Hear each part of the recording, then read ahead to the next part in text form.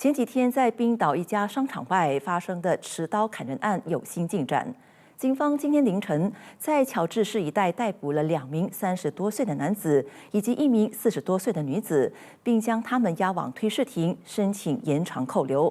推事批准警方延扣2名男嫌犯5天，女嫌犯则被延扣2天。警方目前从生意纠纷的角度开档调查。据了解，女嫌犯是一家公司的行政人员。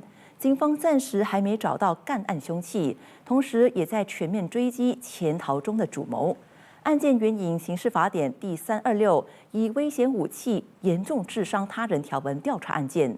这一起袭击事件要追溯到星期三的早上7点多，一名印裔男子在一家购物商场外遭到2名摩托骑士追砍。他不止手臂劈开肉绽，头顶还被劈开一半裂痕，伤口触目惊心。